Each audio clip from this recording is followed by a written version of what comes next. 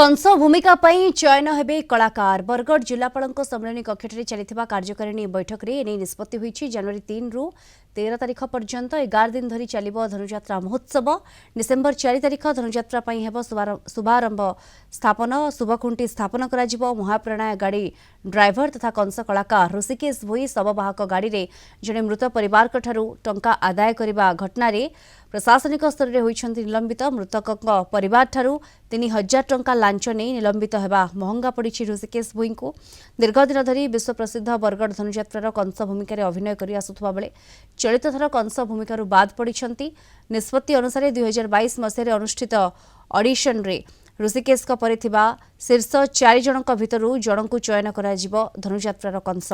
मिलता सूचना अनुसार 2022 कंस ऑडिशन रे ऋषिकेश बाद देवा परे बरगढ़ धनुयात्रा कंस भूमिका निभाई भुवनेश्वर प्रधान कंस रेस रे सबुठु आगे।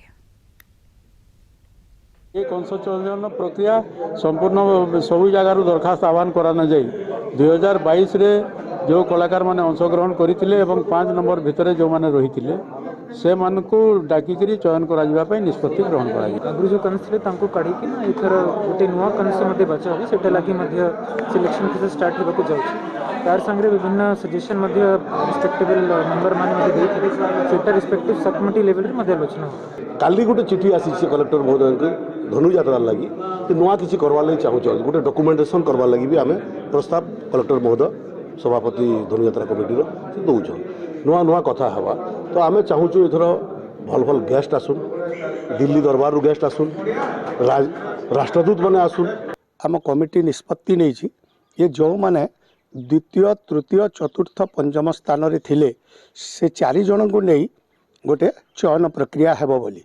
तेणु जदि से द्वितीय तृतीय चतुर्थ पंचम रे आमे अछु बा मु अछि ताहेले मु प्रस्तुत अछि जे ए 4 जन भितर जो चयन प्रक्रियाटा हबो सेथिरे मु मध्य भाग नेबी। मुई भी 2022 रे से प्रतियोगिता रे अंश ग्रहण करिथिली। समस्त विचारकर्ता मंडली तथा मैनेजिंग कमिटी एवं जनसाधारण मते बहुत समर्थन भी मिली थिला। 2 नंबर रे मुई आसी थिली। वर्तमान मुई आशावादी अच्छे